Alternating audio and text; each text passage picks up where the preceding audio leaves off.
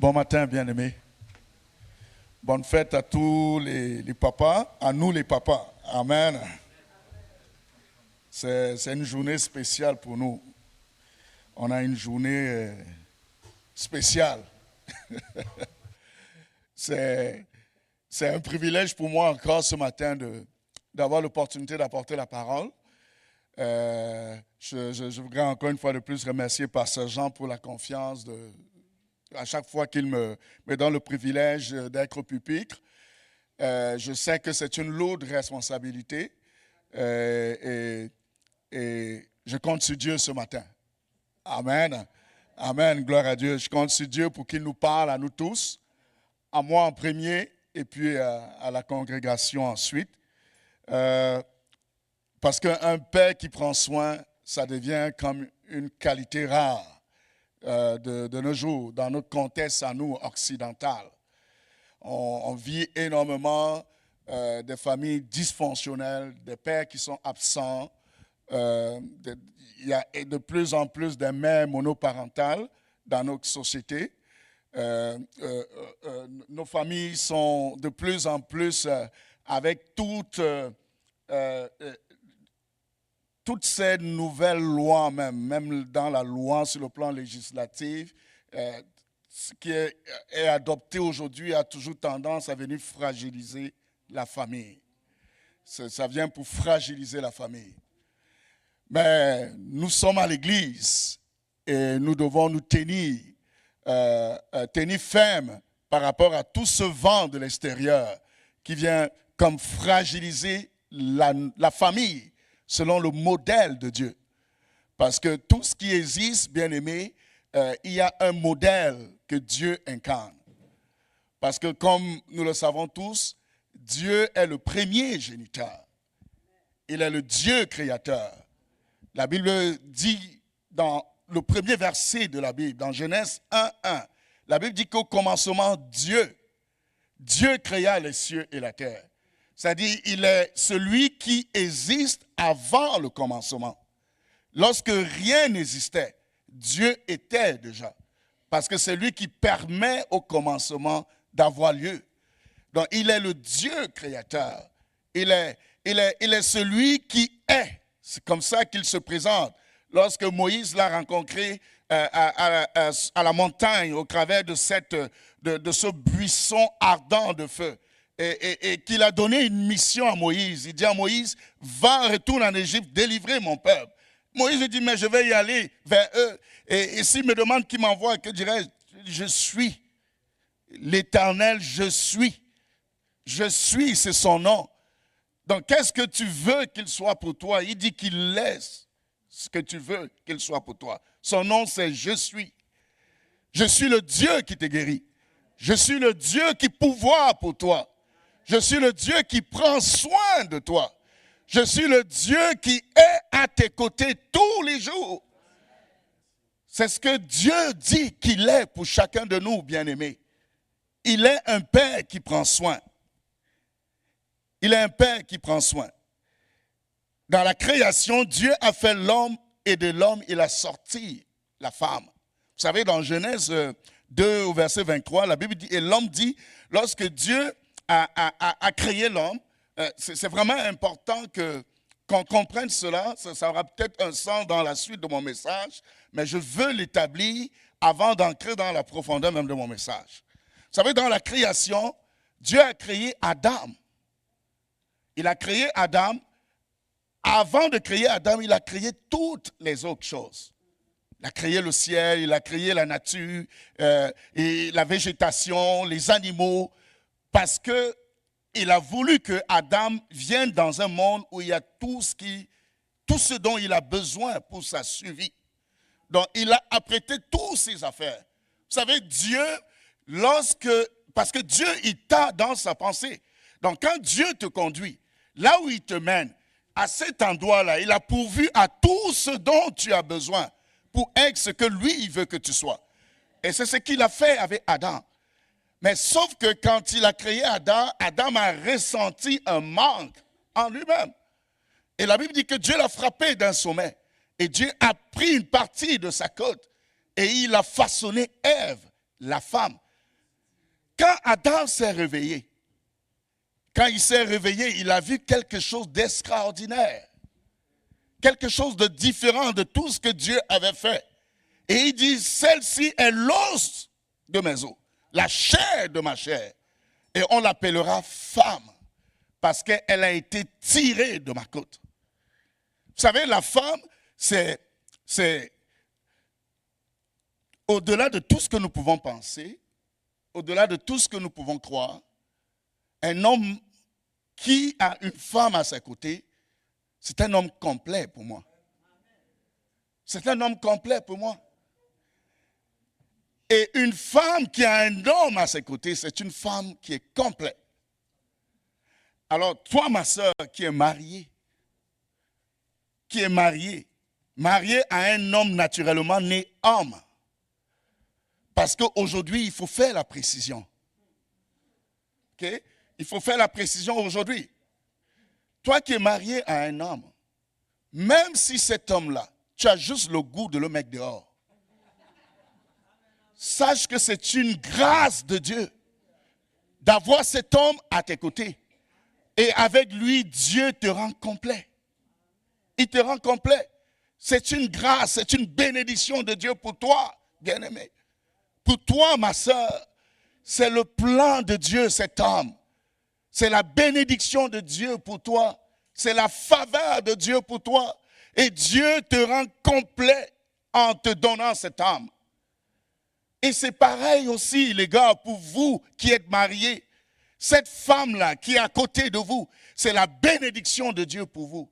C'est la volonté de Dieu. C'est le plan de Dieu pour faire de vous un homme complet. Un homme complet. C'est le plan de Dieu pour faire de vous un homme complet. Les hommes sont appointés par Dieu pour prendre soin et combler les besoins. Et les femmes sont appointées par Dieu pour multiplier et rendre meilleur. Alors tu peux être un homme, tu dis, ou alors tu peux être une femme. Oui, tu es une femme, c'est vrai. Tu peux t'acheter une voiture, c'est vrai. Tu peux t'acheter une maison, c'est vrai. Tu peux te combler de toutes sortes de choses, c'est vrai. Mais laisse-moi te dire que si tu as un homme à tes côtés, tu es complet. Et je veux te supplier ce matin à créer des besoins pour que celui que Dieu a mis à tes côtés puisse les combler. Même si tu penses que tu peux te combler toi seul. Parce qu'aujourd'hui, c'est ce qu'on enseigne à nos enfants. On enseigne aux jeunes filles, tu n'as besoin de personne pour être ce que tu veux, pour te faire plaisir. Tu n'as besoin de personne. Mais selon le modèle de Dieu, tu as besoin d'un homme dans ta vie. Selon le modèle de Dieu, tu as besoin d'une femme dans ta vie. Tu as besoin d'une femme dans ta vie. Et pasteur Jean parlait d'un mariage qui a été ce qu'on a célébré hier. J'étais très, très ému à la célébration du mariage hier. Parce que c'est deux personnes qui se connaissent depuis longtemps. Elles se connaissent depuis longtemps. Elles ont des enfants. Ça fait près de 20 ans que ces deux personnes-là se connaissent, qu'ils ont des enfants. Mais ils ont rencontré le Seigneur. Et lorsqu'ils ont rencontré le Seigneur, ils ont accepté d'entrer dans les eaux de baptême. Ils ont accepté de régulariser selon le plan, le modèle de Dieu, de se faire marier. Et pour moi, c'est un témoignage puissant. Puissant. C'est un témoignage qui a tout son sens. Lorsque des gens comme ça réalisent par rapport à la parole de Dieu que ce que Dieu veut d'eux, c'est qu'ils soient unis dans les liens de mariage et ils obéissent. Mais on ne peut que dire gloire à Dieu, bien-aimé. Gloire à Dieu parce que c'est des bons témoignages. C'est émouvant pour moi. Ils pouvaient se dire, ben, on n'a pas besoin de ça, c'est juste un papier. On n'a pas besoin de ça. Mais non, ils veulent obéir à Dieu et ils décident de pouvoir se marier. Amen. Je sais que dans nos contextes d'aujourd'hui, les gens vivent sans se marier. Peut-être tu vis avec quelqu'un sans un mariage. Je ne veux pas que tu voies dans mes propos un jugement, mais je veux que tu voies dans mes propos un encouragement à obéir à ce que Dieu attend de toi. Amen. Amen. Gloire à Dieu. Donc c'est important, bien aimé, de comprendre qu'un homme n'est pas une femme et vice-versa, une femme n'est pas un homme. Un homme a besoin d'une femme, tout comme une femme a besoin d'un homme. Parce que Dieu a mis en chacun un potentiel qui permet aux deux d'être complets.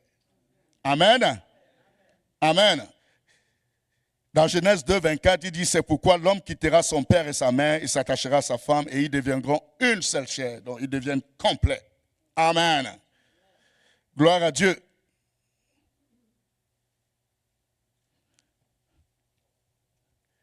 Alors ce matin, je voudrais vraiment prendre le temps pour... On va prendre le temps, on va parcourir des passages bibliques, mais je veux vraiment prendre le temps pour enseigner ce matin. Donc nous voulons parler d'un père qui prend soin, parce que Dieu le Seigneur Tout-Puissant dit, je serai pour vous un père, et vous serez pour moi des fils et des filles. Dieu a voulu de toute éternité, bien avant que le monde soit créé, établir une relation de paix avec ceux qui deviendraient ses enfants par la foi en Jésus. Dieu est notre Père et de ce fait, il prend soin de nous, bien-aimés. Un Père prend soin. Ceci est vrai dans le naturel, tout comme dans le spirituel. Dans Éphésiens 1,3, Paul dit aux Éphésiens, « Béni soit Dieu, le Père de notre Seigneur Jésus-Christ, qui nous a bénis de toutes sortes de bénédictions spirituelles dans les lieux célestes en Christ, parce qu'un Père prend soin. » Il y a un modèle selon l'ordre divin, et dans ce modèle, l'homme est le Père, et il est celui qui doit prendre soin. Amen. Dans le texte que nous allons parcourir ce matin, c'est Jean chapitre 15. Si vous avez votre Bible avec vous, je voudrais juste qu'on ouvre notre Bible dans Jean chapitre 15.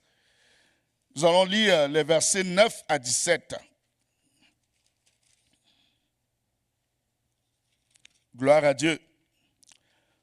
Jean chapitre 15, les versets 9 à 17. Alors la Bible dit, comme le Père m'a aimé, je vous ai aussi aimé. Demeurez dans mon amour. Si vous gardez mes commandements, vous demeurez dans mon amour. De même que j'ai gardé les commandements de mon Père et que je demeure dans son amour. Je vous ai dit ces choses afin que ma joie soit en vous et que votre joie soit parfaite. C'est ici mon commandement. Aimez-vous les uns les autres comme je vous ai aimé. Il n'y a pas de plus grand amour que de donner sa vie pour ses amis. Vous êtes mes amis si vous faites ce que je vous commande. Je ne vous appelle plus serviteur parce que le serviteur ne sait pas ce que fait son maître, mais je vous ai appelé ami parce que je vous ai fait connaître tout ce que j'ai appris de mon Père. Ce n'est pas vous qui m'avez choisi, mais moi, je vous ai choisi et je vous ai établi afin que vous alliez et que vous portiez du fruit et que votre fruit demeure. Afin que ce que vous demanderez au Père en mon nom, il vous le donne. Ce que je vous commande, c'est de vous aimer les uns les autres. Alléluia. Gloire à Dieu. Donc, dans le concept de ce passage, bien-aimé, Jésus était en train d'agresser ses disciples, d'enseigner ses disciples. Et c'était juste avant l'heure du souper, juste au moment quand il a eu le souper avec ses disciples, avant la Pâque.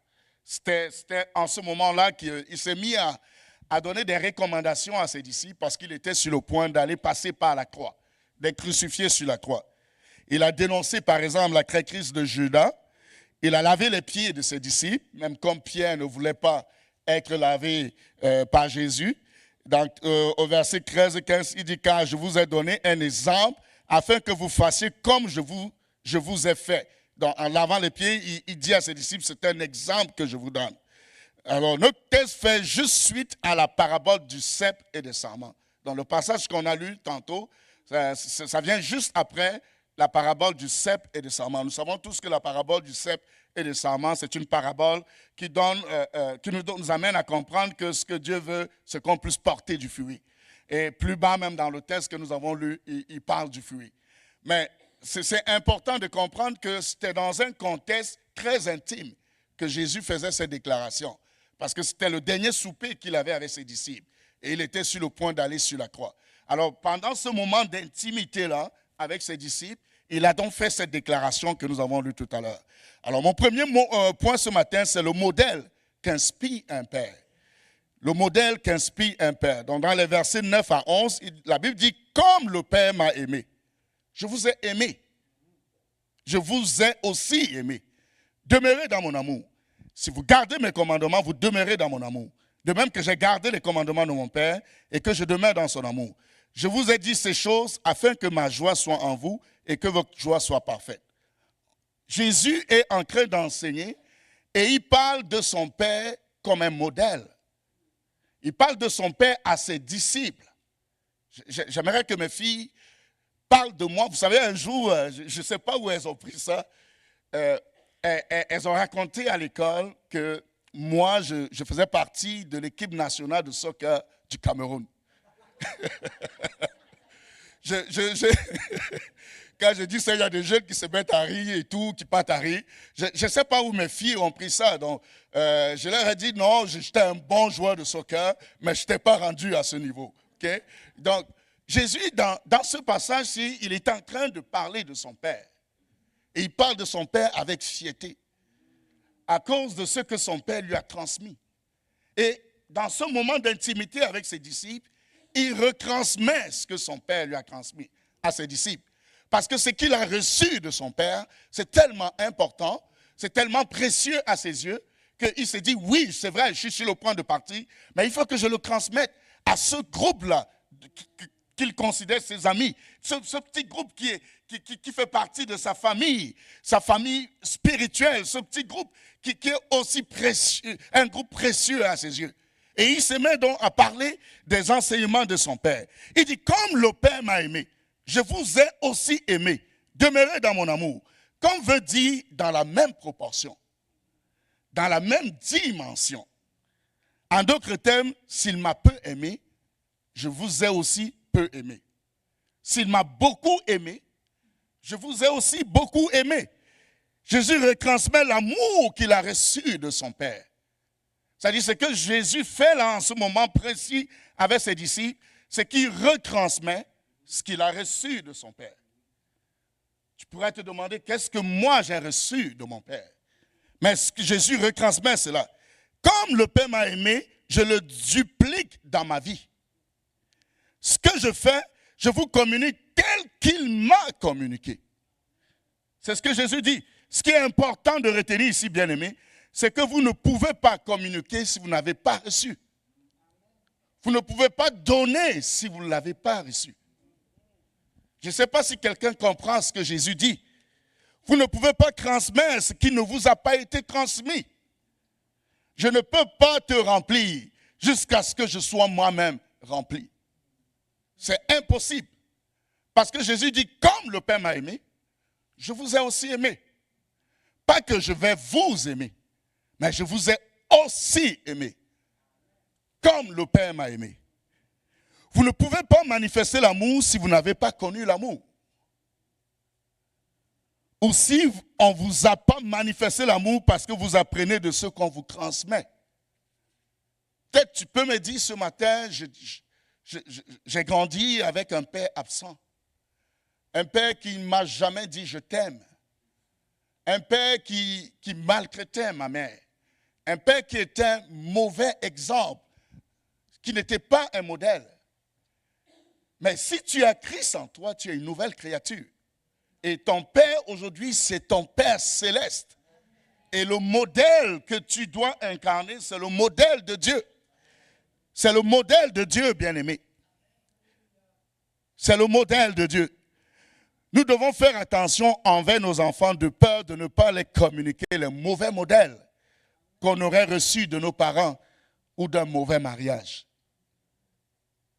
Vous savez, parfois, vous êtes à la maison, mais vous vous prenez à un enfant, ce n'est pas parce que l'enfant là a vraiment fait quelque chose de reprochable, mais peut-être parce que vous avez été frustré par votre conjoint. Vous avez subi quelque chose de votre conjoint et vous le reproduisez sur votre enfant. Alors, ce que Jésus dit ici, c'est que faites attention de la façon dont vous répondez aux gens qui sont autour de vous.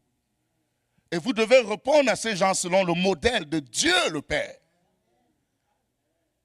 Et non les mauvais exemples et les mauvais modèles qu'on a eus dans nos vies terrestres. Amen. Notre modèle est Dieu. Dieu, notre Père céleste, est notre modèle. Au verset 10, il dit, si vous gardez mes commandements, vous demeurez dans mon amour. De même que j'ai gardé les commandements de mon Père et que je demeure dans son amour.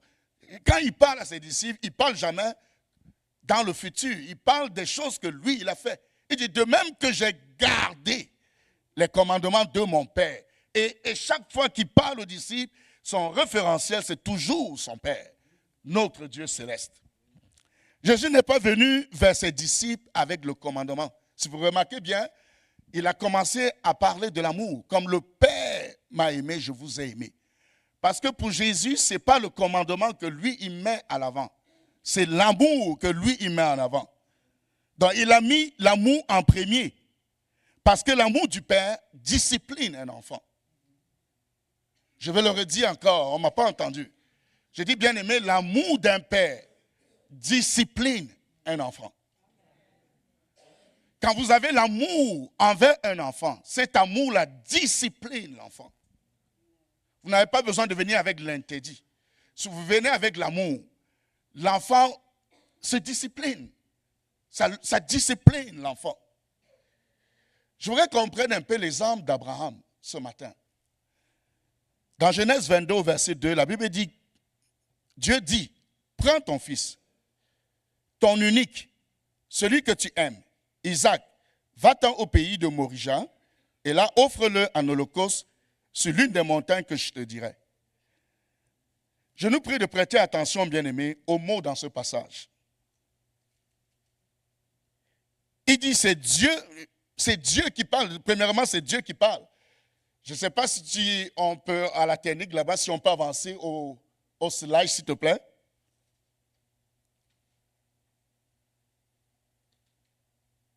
Tu peux avancer encore? Parfait.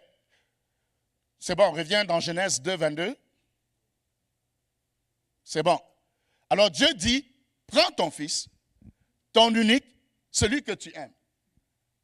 Prêtons attention aux mots. Premièrement, c'est Dieu qui parle, parce que Dieu dit. C'est ce que le verset décrit. Premièrement, prends ton fils. Hello? Parfait. Reste avec moi. Donc, Dieu dit, c'est la première chose que nous constatons dans ce passage-là. Donc, pour dire que c'est Dieu qui parle. Et deuxièmement, prends ton fils. C'est la deuxième chose. Et la troisième chose, ton unique. Et ensuite, celui que tu aimes. C'est très important, bien-aimé. Abraham n'avait pas, il a eu un autre fils, mais qui n'était plus là parce que ce n'était pas le fils selon la promesse. Alors donc, Isaac était l'unique fils d'Abraham, selon la promesse que Dieu lui avait faite. Alors Dieu lui dit, prends ton fils, ton unique fils, celui que tu aimes. C'est assez important. Celui que tu aimes. Donc ce n'est pas un fils vulgaire. C'est un fils qu'on aime. Ce n'est pas un fils qui apporte du déshonneur à ses parents. Ce n'est pas le genre de fils que vous ne voulez pas être identifié avec. Mais c'est le fils, l'unique fils que toi tu aimes. C'est très important cette précision, bien-aimé. C'est ce que Dieu lui dit. Mais ce que Dieu lui demande de faire, c'est d'aller sacrifier ce fils-là. D'abord, son unique fils. Ensuite, le fils que lui, il aime. Dieu lui demande d'aller sacrifier ce fils.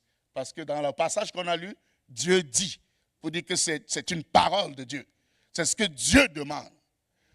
Je ne sais pas en ce qui vous concerne, il nous arrive tous dans la vie de connaître ce que Dieu demande de faire. Mais d'être confronté à un dilemme, parce que ce que Dieu nous demande de faire est en contradiction avec ce que nous, on aime. Je vais prendre un exemple ce matin. Vous êtes une jeune dame. Vous vivez avec un homme qui n'est pas marié. Vous devenez chrétienne. Mais vous voyez que Dieu dit que ce n'est pas bien cette chose-là. Vous êtes convaincu que Dieu vous demande de changer. Mais cet homme-là, il prend soin de vous. Il pourvoit pour vous. Il paye votre loyer. Il s'occupe entièrement de vos enfants. Vous êtes dans un dilemme entre ce que Dieu demande de faire et ce que vous aimez. Je ne sais pas si quelqu'un comprend ce que je suis en train de dire. Ça, c'est un exemple. Ça peut s'appliquer dans plusieurs autres situations de nos vies où nous sommes en difficulté entre ce que Dieu nous demande de faire et ce que nous, on aime. Et c'est dans cette situation que Abraham se trouvait. Ce que Dieu lui demande de faire par rapport à ce que lui, il aime, parce qu'il aimait son fils. Dieu lui demande de sacrifier son fils. Mais Abraham, bien-aimé, parce qu'il aimait Dieu, Dieu était celui qui passait en premier pour lui. Il n'a jamais baissé dans son amour envers son fils. Mais il a choisi, parce que c'est un choix, bien-aimé, d'obéir à ce que Dieu demande de faire. Et il est allé jusqu'au sacrifice. Et la Bible dit que juste au moment où il a levé le couteau pour sacrifier son fils, Dieu a pourvu à un bélier. Parce que Dieu est un père qui prend soin. Parce que c'est un père qui prend soin. Alors je voudrais juste nous encourager ce matin, bien-aimés, qu'il y a des pas qu'on doit faire dans nos vies qui permet à la provision de Dieu d'avoir son sens dans nos vies. Tant que tu n'obéis pas à ce que Dieu te demande de faire, tu peux juste tourner autour des choses pendant longtemps. Pendant longtemps. Mais le jour où tu choisis d'obéir, Dieu pourvoit. Dieu ouvre la porte pour toi. C'est un mensonge du diable de croire que si tu obéis, tu ne seras pas meilleur. Ça, c'est un mensonge du diable. Parce que Dieu est un Père qui prend soin. Et il prendra soin de toi, bien-aimé. Il prendra soin de toi. Il y a une notion de discipline dans ce passage. Il ne s'agit pas juste des émotions ou de ce que nous sentons, mais de discipline. Une discipline basée sur l'obéissance. L'obéissance à Dieu. Ne t'attends pas à Dieu de te bénir si tu n'obéis pas. Ne t'attends pas à Dieu de te bénir si tu n'obéis pas. Évoluons dans ce que Jésus, dans la discussion qu'il a avec ses disciples au verset 11. Il dit, je vous ai dit ces choses afin que ma joie soit en vous et que votre joie soit parfaite. Voyez-vous, quand vous obéissez à Dieu, Dieu pourvoit pour vous et Dieu rend votre joie parfaite. Parce que la joie de l'Éternel est ma force. La joie de l'Éternel est ma force. Alléluia. Gloire à Dieu. Alléluia. Mon deuxième point ce matin, c'est le commandement du Père. Alléluia, gloire à Dieu. Cherchez une bouteille d'eau. C'est le commandement du Père. Gloire à Dieu. Donc nous allons lire les versets 12 à 14. Merci. Merci. Alors c'est ici mon commandement. Aimez-vous les uns les autres comme je vous ai aimé. Il n'y a pas de plus grand amour que de donner sa vie pour ses amis. Vous êtes mes amis si vous faites ce que je vous commande. Dieu parle d'amour encore une fois de plus avant de parler de commandement. Lorsque vous faites valoir le commandement ou la discipline avant l'amour, il y a de fortes chances que vous puissiez perdre ceux que vous aimez. Au verset 12, il dit, c'est ici mon commandement. Aimez-vous les uns les autres comme je vous ai aimé. C'est juste un seul commandement. Vous savez, mercredi passé, on a eu une étude biblique ici dans 1 Corinthiens chapitre 6. Et je vous assure, vous qui ne venez pas aux études bibliques, vous n'avez pas idée de ce que vous manquez. C'était vraiment bénissant mercredi passé. On n'a même pas pu terminer l'étude. On n'a pas fait la deuxième partie. Parce que la première partie était tellement intéressante. Alors, cette première partie-là parlait des disputes qui existent entre les frères dans l'église de Corinthe. Vous savez, l'église de Corinthe, c'est une église qui a été bénie par Dieu par toutes sortes de dons spirituels.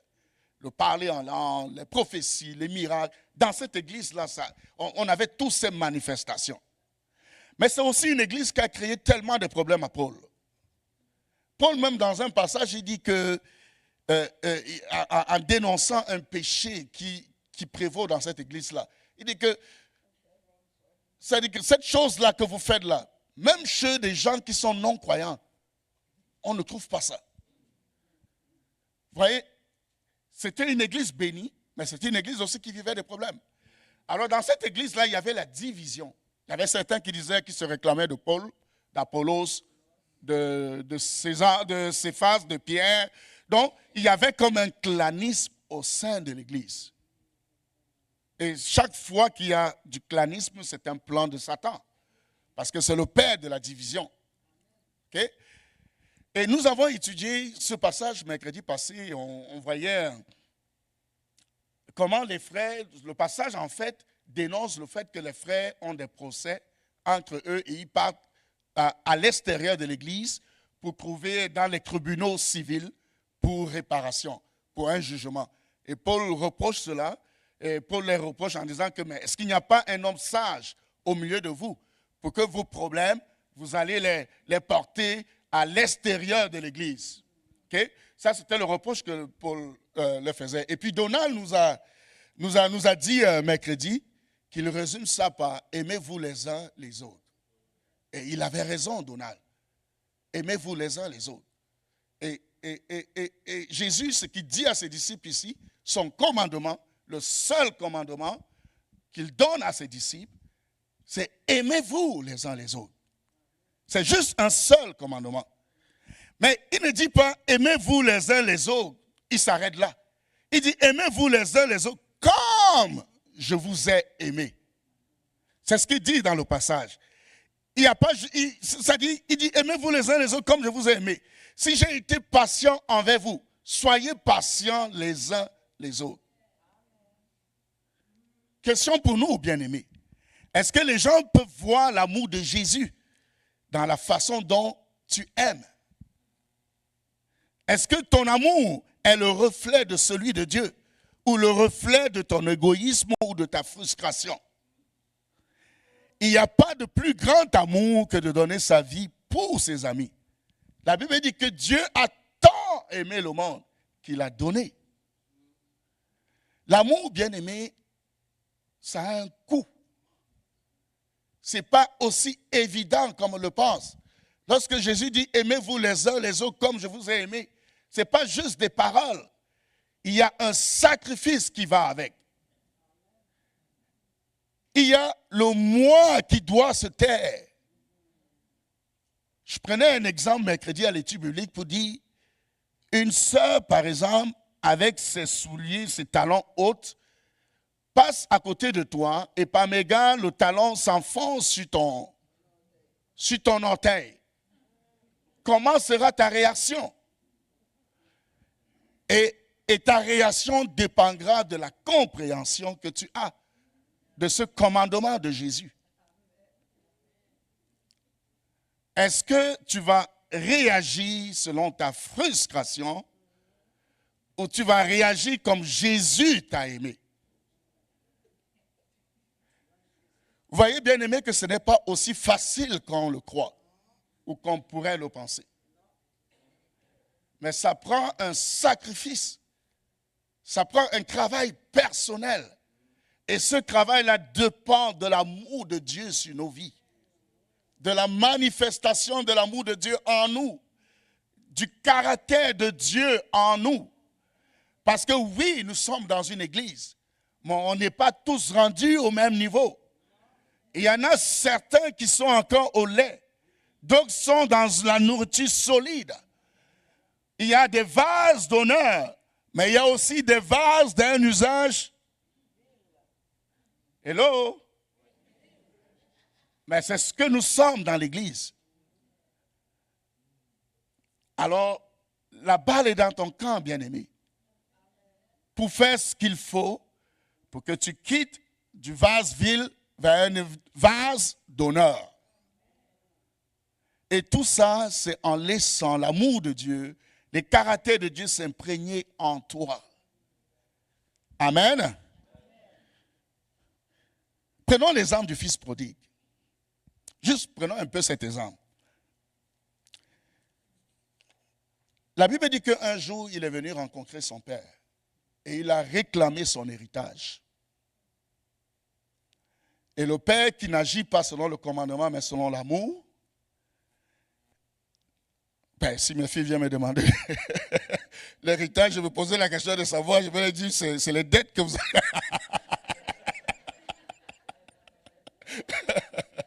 Non, ça c'est pour blaguer un peu.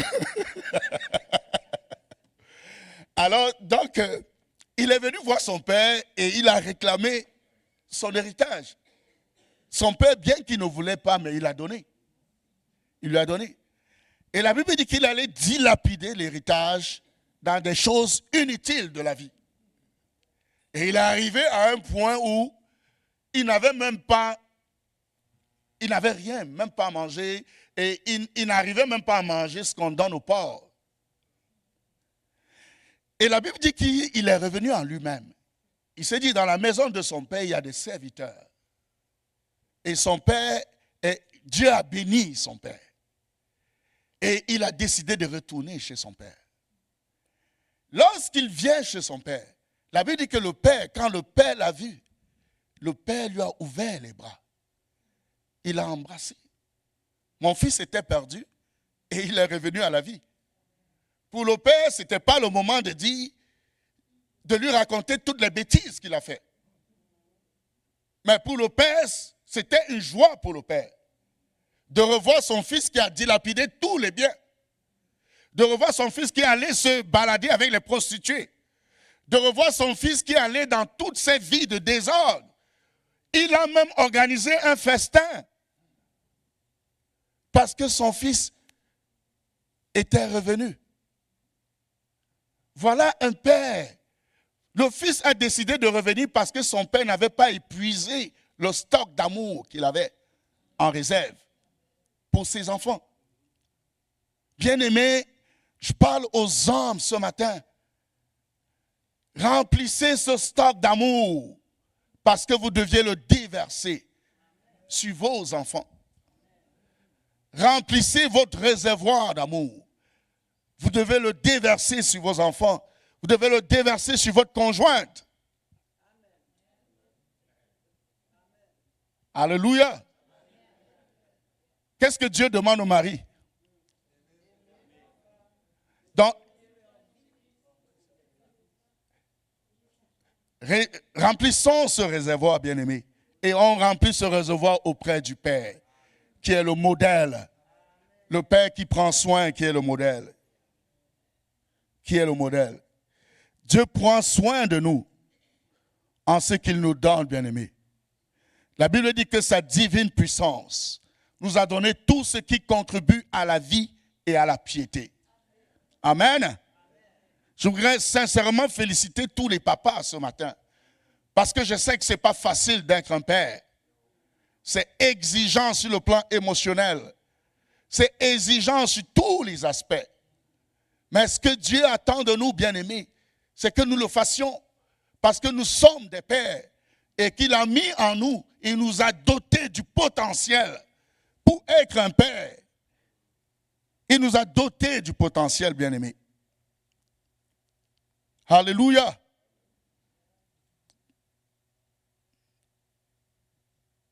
Tous ces pères qui continuent à être présents, tous ces pères qui nous sont tenus malgré la rébellion, l'entêtement, le désordre, mais ils ont continué à aimer. Je veux vous féliciter ce matin. Merci à tous ces pères qui sont restés émotionnellement disponibles alors qu'ils souffraient personnellement. Que le Seigneur vous bénisse. Que le Seigneur vous bénisse. Amen. Mon troisième point ce matin, c'est l'amitié du Père. Alléluia.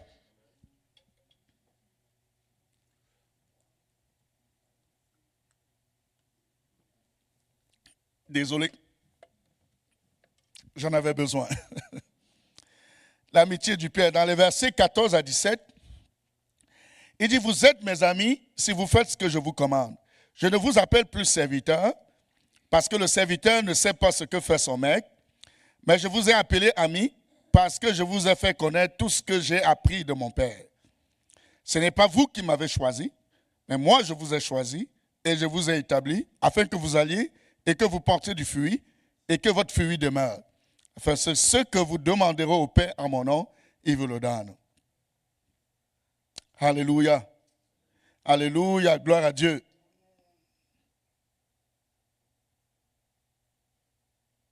Alors Jésus dit à ses disciples, si je vous fais connaître tout ce que j'ai appris de mon Père, c'est parce que je ne vous considère pas comme des serviteurs. Vous êtes mes amis. Vous êtes mes amis si vous faites ce que je vous commande. Et ce qu'il commande est de vous aimer les uns les autres. Dieu dit que tu es mon ami, dépendamment de la façon dont tu aimes. C'est ce que Dieu dit, que tu es son ami, dépendamment de la façon dont tu aimes. Je ne vous appelle plus serviteur, parce que le serviteur ne sait pas ce que fait son maître. Mais je vous ai appelé ami parce que je vous ai fait connaître tout ce que j'ai appris de mon Père. Il y a un besoin parmi nous aussi ce matin, bien-aimés, de passer de l'état de serviteur à ami de Dieu. Vous savez, un serviteur, c'est quelqu'un dont on ne se préoccupe généralement pas. Tout ce qui nous intéresse chez un serviteur, c'est les objectifs qu'on lui a assignés. Alors, on assigne des objectifs au serviteur et c'est ça qui nous préoccupe. On ne vient pas le matin demander au serviteur comment vont tes enfants, comment tu as passé la nuit, comment, et on lui pose des questions pour s'intéresser à lui. Mais le serviteur, quand on vient, on veut voir que le travail est accompli, que les objectifs sont atteints. Et Jésus dit qu'il ne nous traite pas. Il dit à ses disciples, dans ce groupe restreint-là, je ne vous traite pas comme des serviteurs, mais vous êtes mes amis, parce que je vous ai dit tout ce que le Père m'a dit.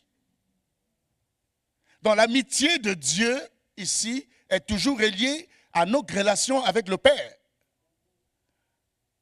C'est toujours relié avec le Père. Et Jésus enseigne ses disciples qu'à partir du moment où vous demeurez sur ce que le Père a demandé de faire, vous restez les amis du Père.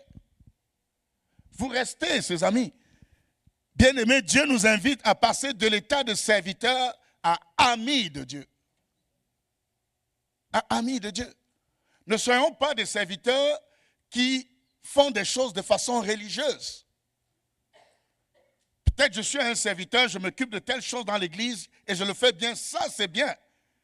Mais avant ça, il y a mon amitié avec Dieu. Il y a mon amitié avec Dieu et c'est ça qui me permet et qui va me permettre d'être un serviteur efficace. Mais si je reste juste dans la dimension de serviteur, je dois venir exécuter le chant, peu importe comment je suis avec les autres, la vie que je mène, mais je suis fidèle. C'est ce que Dieu me demande d'exécuter le chant. Non, ce que Dieu veut, c'est que tu sois d'abord son ami. Dieu est préoccupé par toi avant d'être préoccupé de ce que tu peux faire pour lui. Dieu se préoccupe de toi d'abord. D'ailleurs, c'est en lui qu'on est capable d'accomplir ce qu'il attend de nous. Donc, tant que tu te préoccupes seulement du service que tu dois rendre à l'Église, tu ne seras juste qu'un religieux. Mais si au-delà du service, tu te préoccupes d'abord de ton intimité, de ton amitié, de ta relation avec Dieu, oui, tu es un serviteur de Dieu. Tu fais des choses non de façon religieuse, mais tu fais des choses parce que tu comprends ce que tu fais. Dans ton intimité avec Dieu, tu es ami de Dieu. Amen.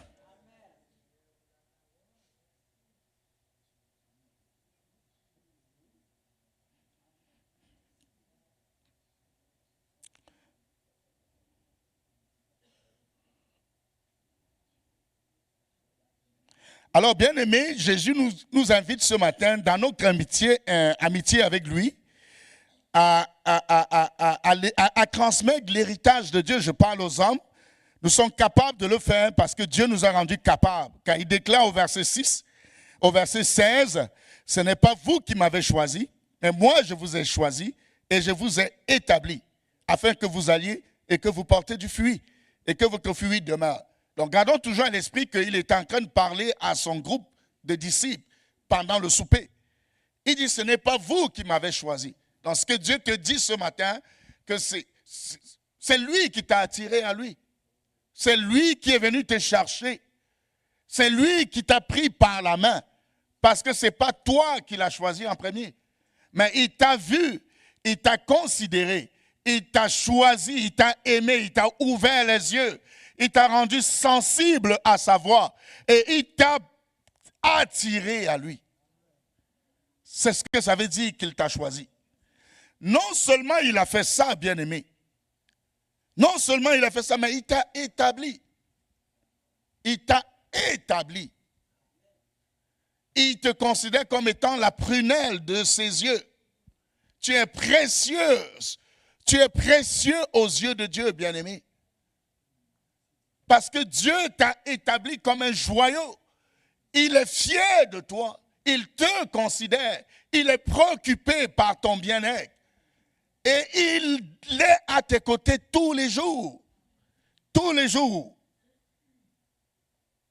Mais il fait tout cela pour que tu puisses briller dans la société. Pour que tu partes. Que tu portes du fruit. Et que ton fruit demeure. Ce fruit qui demeure là, c'est un fruit qui considère le modèle que Dieu est.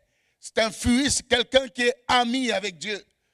Mais si tu n'es pas ami de Dieu, bien-aimé, tu viendras ici un mois, tu vas suivre les messages un mois, et après tu seras juste fané, et tu vas retourner vers les choses que tu avais abandonnées avant.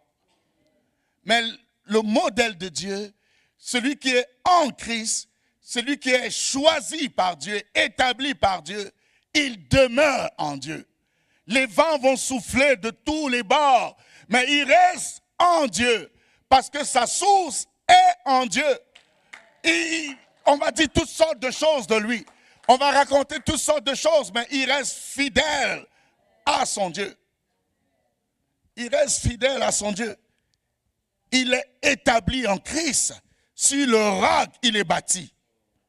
Et son fruit demeure. Alléluia. Son fruit demeure.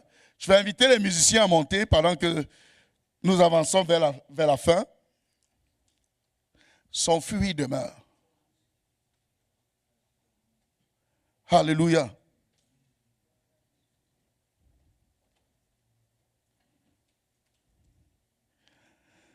Je vous ai, il dit, ce n'est pas vous qui m'avez choisi, mais moi je vous ai choisi et je vous ai établi. Donc, je ne t'ai pas choisi pour que tu existes tout simplement. Je t'ai établi pour que tu portes du fruit et que ton fruit demeure. Afin que quoi que tu demandes au Père, en mon nom, il te le donne. Alléluia. Alors le mot de la fin ce matin, c'est le verset 17. Il dit, ce que je vous commande, c'est de vous aimer les uns les autres. Le commandement de Dieu pour toi, le commandement de Dieu pour moi, bien-aimé, ce matin, c'est de vous aimer les uns les autres. Et nous serons capables de nous aimer les uns les autres si nous recevons l'amour de Dieu en premier. Parce que notre Dieu, c'est un Père qui prend soin. Et son amour est sans condition.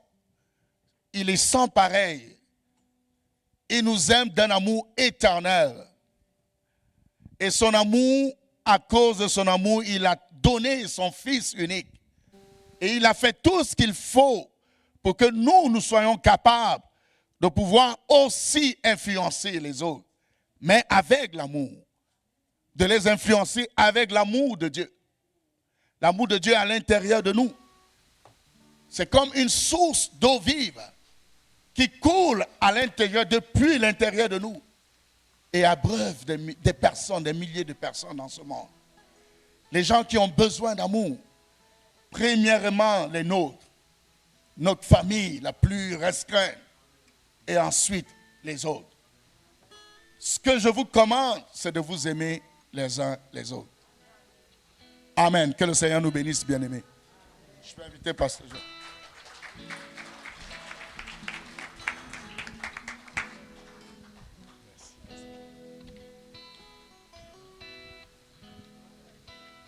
Quelle bonne parole, frères et sœurs.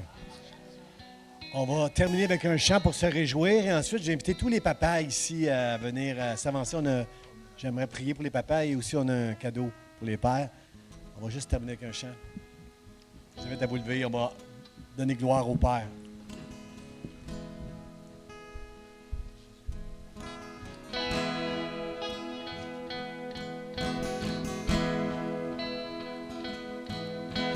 Jésus, sois le centre,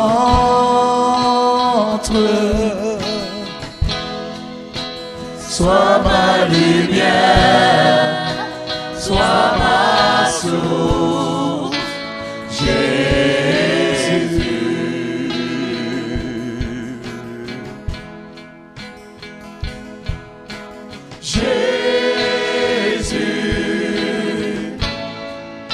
Sois le centre,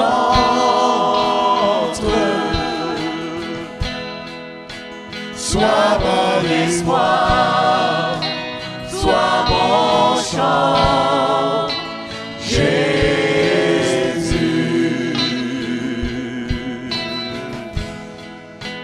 Sois le feu dans mon cœur, sois le vent dans ce bois, sois la raison de ma vie, Jésus, Jésus, Jésus, sois le centre, sois ma lumière, sois ma lumière, sois ma source, Jésus.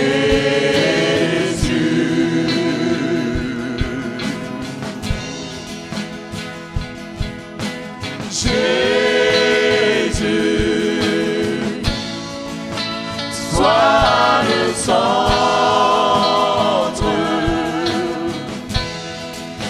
sois mon espoir, sois mon chant, Jésus.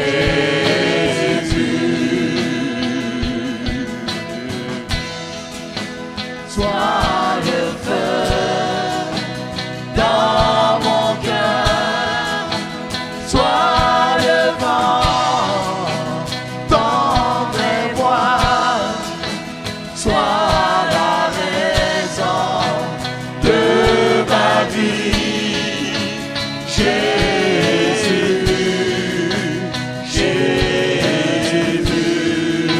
Sois le feu dans mon cœur, sois le vent dans mes voies, sois la raison de ma vie, Jésus, Jésus. Sois le feu dans mon cœur, sois le vent dans mes voies, sois la raison de ma vie, Jésus, Jésus.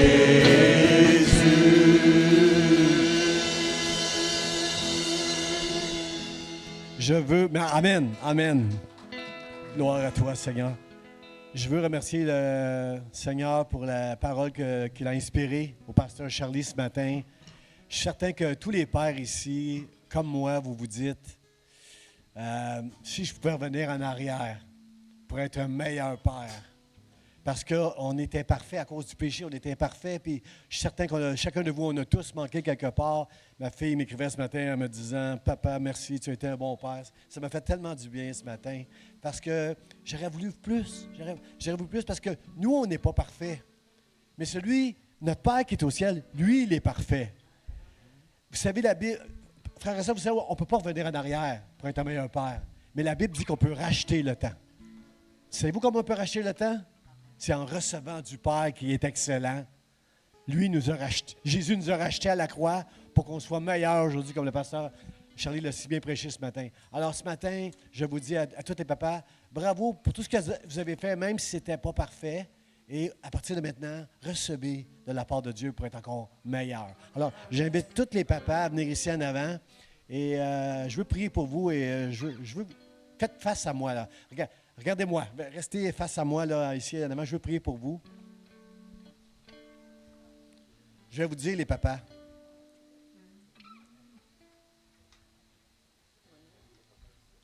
Ce que j'ai compris du message du pasteur Charlie ce matin, c'est que je dois me laisser remplir de l'amour de Dieu pour être capable de la transmettre, cet amour-là. Puis je veux être franc avec vous autres. C'est quelque chose que j'ai de la difficulté des fois encore. Je suis pasteur, j'ai la foi. J'ai la foi, je crois la parole de Dieu. Et la parole de Dieu, j'ai la foi en Dieu. Mais j'ai besoin d'être fortifié par l'amour de Dieu pour une bonne raison. C'est que, si vous êtes d'accord avec moi, les messieurs, les papas, là, on n'est pas dignes. On n'est pas digne de recevoir l'amour de Dieu. On est des pécheurs. Mais, la bonne nouvelle, c'est que Dieu, lui, au travers de la croix, il nous a rendus dignes.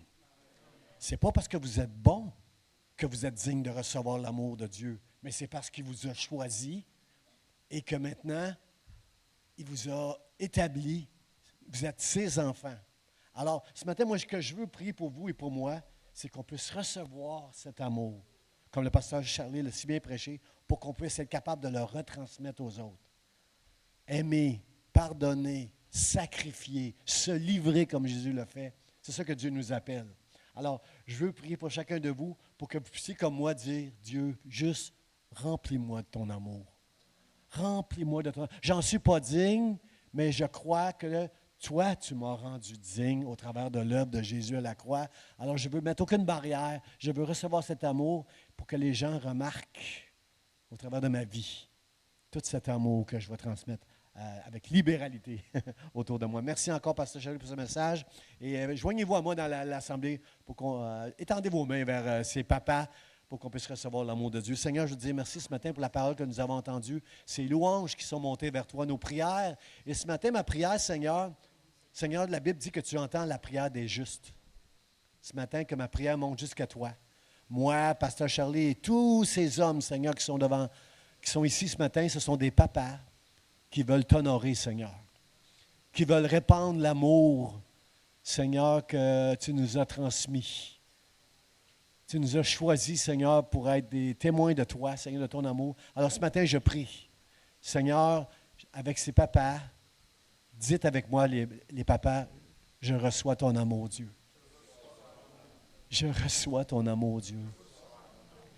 Seigneur, je n'en suis pas digne, mais je la reçois de tout mon cœur, que ton amour me transforme. Je sais que tu pardonnes mes fautes passées.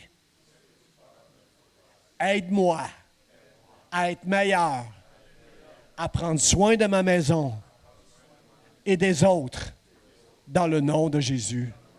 Amen, amen, amen. Gloire à Dieu, gloire à Dieu, gloire à Dieu. Alors, amen. Alors, je vous invite, mes frères, juste de venir. Il y a des cadeaux qui ont été préparés ici pour chacun de vous. Là, du chocolat, je pense, des stylos, crème à barre, toutes sortes de choses pour les papas. Alors, soyez bénis, prenez ça. Bon dimanche à chacun de vous. Soyez bénis. Bonne fête des pères à tout le monde.